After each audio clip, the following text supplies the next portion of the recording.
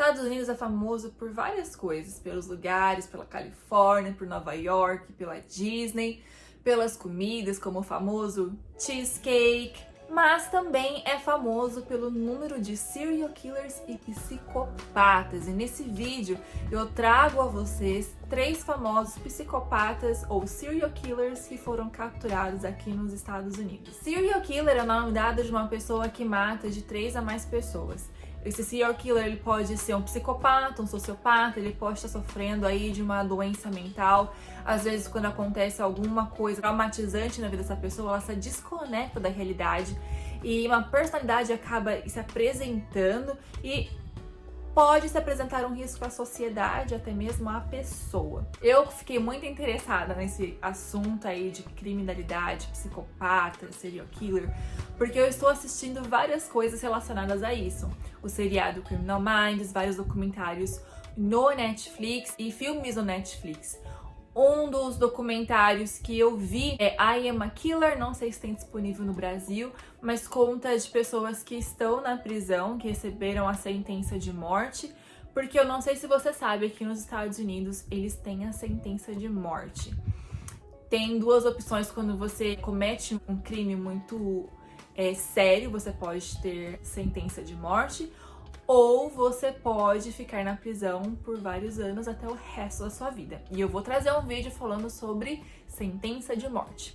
Mas enfim, e aí nesse seriado, né, algumas histórias te chocam porque você vê que a pessoa, ela cresceu, ela matou, mas há uma justificativa por trás disso. E geralmente quando o serial killer ataca e ele não é um sociopata ou um psicopata, ele sofreu alguma coisa traumatizante na vida dele, ou quando ele era pequeno, ou quando ele já era adulto. E aqui nos Estados Unidos, as polícias, elas têm uma seção e um treinamento especializado para capturar esses serial killers.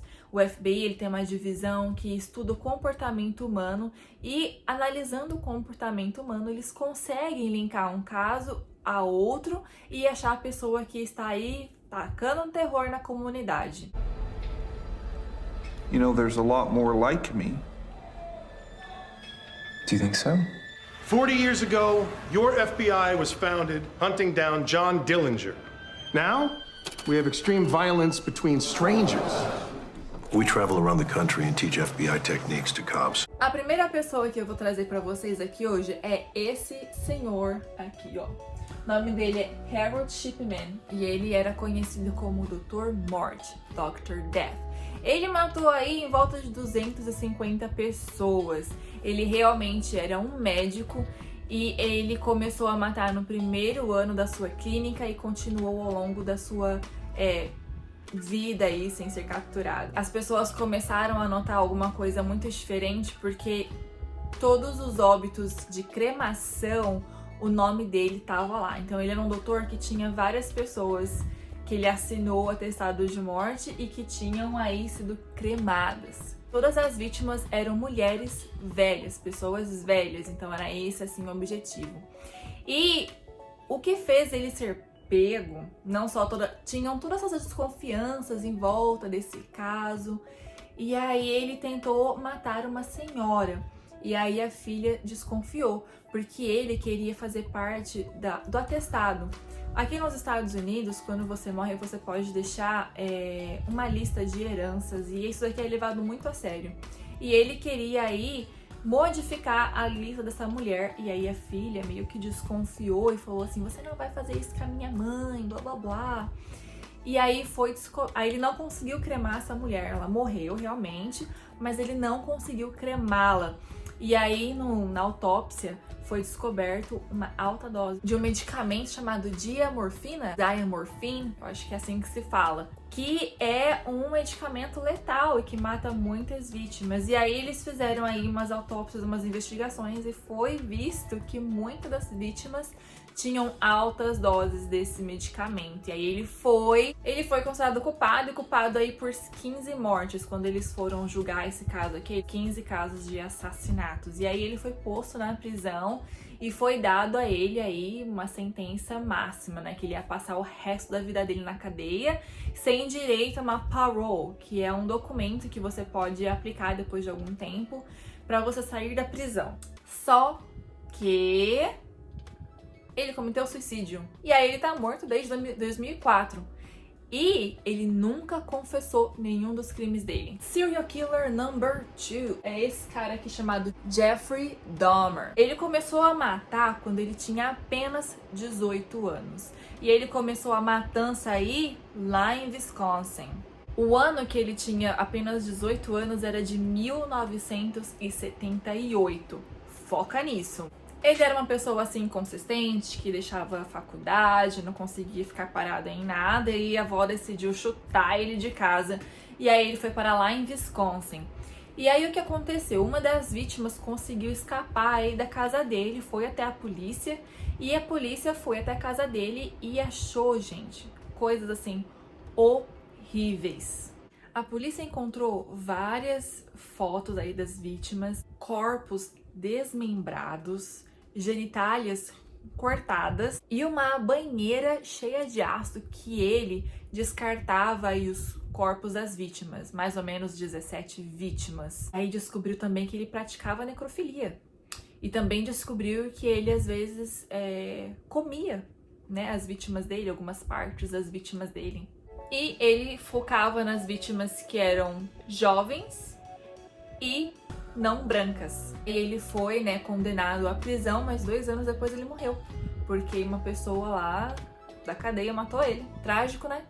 Irônico. Agora, o terceiro caso de um serial killer tem a história dele no Netflix. Netflix trouxe um documentário, não um documentário, né, um filme que mostra a história desse cara aqui, ó, Ted Bundy.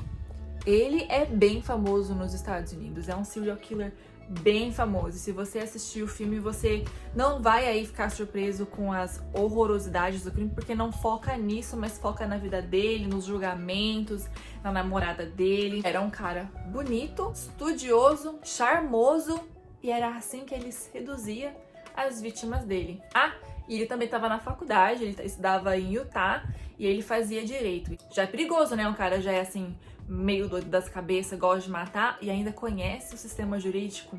Perigoso. Uma das vítimas que sobreviveu ao Bundy, ela deu as características à polícia, eles desenharam um esquete. Daí na época ele namorava essa menina.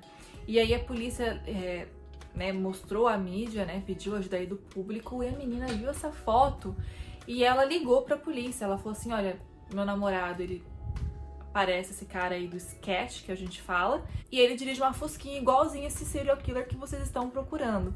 Mas porque a cor aí do Fusquinha era errado, ele falou assim: não, relaxa que não é esse cara aí não.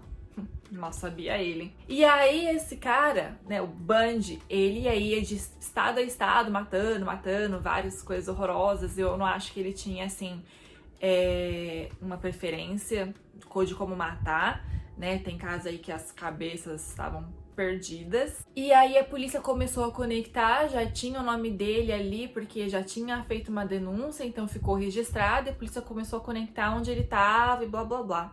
E aí ele foi preso e começou um seriado aí de julgamentos, e ele nunca admitiu a culpa dele. Theodore Bundy to die in the electric chair for the murder of 2 co-eds. Bundy is the 136th person under death sentence in Florida. Ed Rabel reports.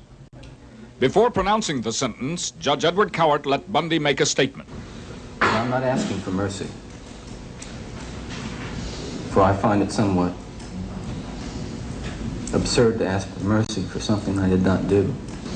So I will be tortured for and will suffer for and receive the pain for that act. But I will not share the burden. Tava aí esperando o julgamento dele, e ele fugiu 2 vezes da prisão. Você acredita? Ele conseguiu fugir 2 vezes. Ele conseguiu ficar 6 dias, depois eu acho que 2 semanas fora da prisão. Mas eu acho que ele não conseguiu se esconder muito bem, porque ele foi capturado depois. Tem gente que escapa da prisão e fica muito mais tempo que isso. Então eu acho que daí ele não foi muito esperto, porque ele saiu da prisão e continuou matando. Ele acha que a polícia não ia linkar? Uma pessoa esperta, não acha? Esse caso do Ted Bundy foi o primeiro julgamento que foi ao ar na televisão completamente. Por isso que ele ficou bem famoso. A última vítima dele foi uma criança de 12 anos. E aí ele foi condenado à morte. Ele foi sentenciado à morte. E aí poucos dias antes da execução dele, ele confessou alguns crimes. Ele começou em 1966 a matar. Ele confessou aí, um pouquinho antes de morrer, ele confessou 30 casos, 30 assassinatos, mas não se sabe ao certo, porque foram muito mais do que isso. E aí ele foi condenado à morte e em 1989 ele foi executado. Essas são as histórias que eu queria trazer pra você hoje. É uma das curiosidades aqui dos Estados Unidos, né, que eles investigam serial killers, psicopatas. Esses são um dos 3 famosos, mas tem muito mais, a internet tá aí, né, a gente pode pesquisar mais. E mais pra frente eu vou trazer alguns vídeos falando sobre a diferença de psicopatia, sociopatia, enfim.